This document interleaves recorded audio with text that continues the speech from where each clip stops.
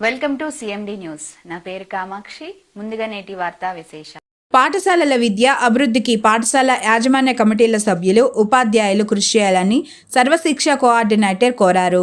పాఠశాలల ఎంఎన్సీలకు జల్దంకిలోని జిల్లా పరిషత్ ఉన్నత పాఠశాలలో గురువారం ఒకరోజు శిక్షణా కార్యక్రమం నిర్వహించారు. ఆయా గ్రామాల నుంచి ప్రధానోపాధ్యాయులు, టీచర్లు, ఎంఎన్సీలు, విద్యా కమిటీ చైర్మన్లు ఈ శిక్షణకు హాజరయ్యారు.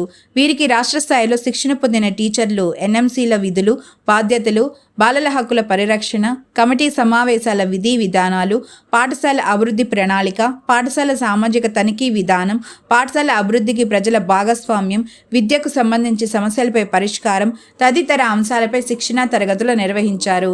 ఈ కార్యక్రమంలో ఫోక్స్ డైరెక్టర్లు ఎంఈఓలు కె శ్రీధర్, సిహెచ్ నాగేశ్వరరావుతో పాటు డి రాజయ్య, కె తిరుపతి స్వామి, వి రాజేష్ తదితరులు పాల్గొన్నారు. సమావేశం అయిపోయింది.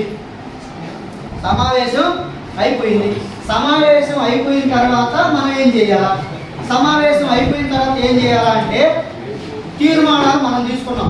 తీర్మానాలన్నీ తీసుకున్న తర్వాత ఆ రిజిస్టర్లో నోట్ చేసుకొని అందరూ హాజరైనటువంటి అందరు సభ్యులు తీర్మానం రిజిస్టర్లో సంతకాలు ఖచ్చితంగా పెట్టించుకోవాలి. ఎవరైనా మిస్ అయితే వాళ్ళ కోసం మళ్ళీ ఇంటికి రిజిస్టర్ పంపించడం అనేది జరగకూడదు. ఇది మొదటి అంశం. కానీ ఇట్లాంటి కార్యక్రమాలన్నింటినీ మనం అప్డేట్ చేస్తూ ఉండాలి. ఈ కార్యక్రమాలన్నింటినీ హెచ్ఎం గారు చురుగ్గా నిర్వహిస్తున్నారా లేదా? ఖచ్చితంగా అవన్నీ నిర్వహించాలి. నిర్వహించకపోతే నెక్స్ట్ మినిట్లో మళ్ళా మీ లిస్టులో మీ పేరు ఉంది. ఇది నిరంతర ప్రక్రియ అన్నమాట. కాబట్టి ఆ విషయాల్లో కూడా హెచ్ఎం గారు చాలా చురుగ్గా ఉంటారు.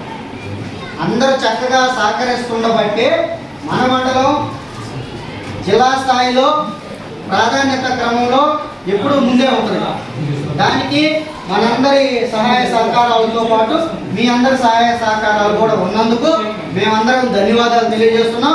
హెచ్ఎం అందరికీ ధన్యవాదాలు. హెచ్ఎం తరఫున మనల్ని హాజరు విషయంలో కానీ మనం అన్నీ చెప్పుకున్నాం. హాజరు విషయంలో కానీ, పిల్లల పరిశుభ్రత విషయంలో కానీ, టాయిలెట్ విషయంలో కానీ, మిడ్ డే మీల్స్ విషయాల్లో కానీ, సిలబస్ల విషయాల్లో కానీ, తర్వాత ఎగ్జామ్స్ కండక్ట్ చేస్తున్నారా లేదా, వాటిని కరెక్షన్ చేస్తున్నారా లేదా, కాబట్టి ఈ విషయాలు కొంచెం మీరు సూచనలు చేయండి. ఈ నెల రోజులు కొంచెం చర్య తీసుకోండి అనేటువంటి సూచనలు సలహాలు ఇచ్చి పోవడం అనేది జరగాల. అది ఉపాధ్యాయుల పరంగా. అదేవిధంగా ప్రధానోపాధ్యాయుల పరంగా కూడా మీరు చూడాలి చాలా అంశాలు. జాబ్లో భాగంగా మనం 9 గంటలకల్లా అందరూ కింద పడి మీద పడి 9 గంటలకల్లా వచ్చేసి హాజరేయటం. అది ఏదన్నా చిన్న రిమార్క్ జరిగితే జిల్లా లెవెల్లో దాని గురించి వచ్చేస్తుంది. దాని గురించి ఎటువంటి బాధ లేదు. అది ఖచ్చితంగా 100% అమలు అవుతూ ఉంది. అదేవిధంగా సిలబస్లు సకాలంలో పూర్తి చేస్తున్నారా లేదా, ఎగ్జామ్స్ అన్నీ చక్కగా కండక్ట్ చేస్తున్నారా లేదా, అదేవిధంగా పేపర్స్ అన్నీ కరెక్షన్ చేసి రిజిస్టర్లో నోట్ చేయడం, ఆన్లైన్లో ఎంటర్ చేయడం, అది కూడా పలానా టైంకి చేయండి అని జిల్లా లెవెల్లో ప్రెషర్ ఉంటుంది. కాబట్టి ఆ కార్యక్రమాలన్నీ కూడా పూర్తి చేస్తుంటారు. మీకే డౌట్ లేదు. కానీ పిల్లలకి చదవడం రాయడం వస్తుందా లేదా, చతుర్విధ ప్రక్రియలు, కూడకలు, తీసివేతలు, పెంచడాలు, భాగహారాలు ఇంతవరకు పిల్లలు ఎంతవరకు ఉన్నారు ఏంటనేది. కాబట్టి ఆ Brahmanghat high school head mistress madam గారికి ఒకసారి ధన్యవాదాలు. అదేవిధంగా మన చింతలపాలెం ప్రసాద్ సార్ గారు మ్యాథ్స్ కౌశల్ అనేటువంటి కార్యక్రమం రాష్ట్ర స్థాయిలో విజయవాడలో వీరు ద్వితీయ బహుమతి పొందారు. కాబట్టి చింతలపాలెం మేడం గారికి మరియు ప్రసాద్ టీం అందరికీ ధన్యవాదాలు.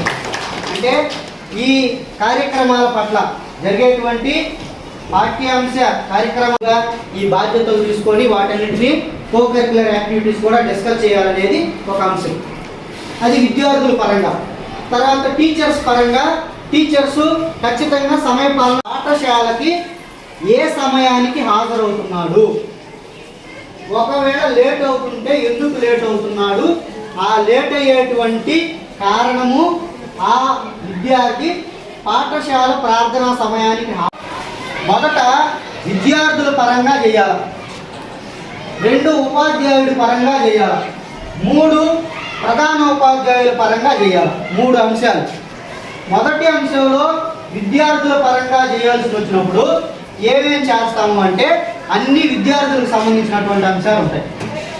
వాటిలో ఆల్రెడీ మనం చెప్పుకోవడం, తీసివేయడం, పెంచడం, భాగాహారం, చదవడం, రాయడం, ఈ విషయాలు చక్కగా వస్తున్నాయా లేదా అనేది మనము నెలకి ఒకసారి సభ్యులందరి సహకారంతో ఒకసారి సమీక్ష చేసుకోవాల్సిన అవసరం ఉంటుంది.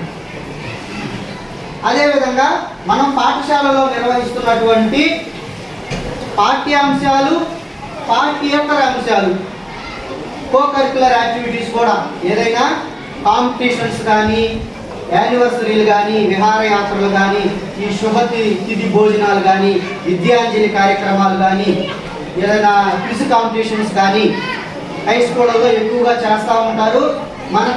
మన మండలంలో హై స్కూళ్ళల్లో ఈ మధ్య కాలంలో బ్రాహ్మణ కాక హై స్కూలు, అదేవిధంగా గట్టుపల్లి చింతలపాలెం హై స్కూలు మన జిల్లా స్థాయిలో చాలా చక్కటి ప్రదర్శనలు చేస్తున్నారు.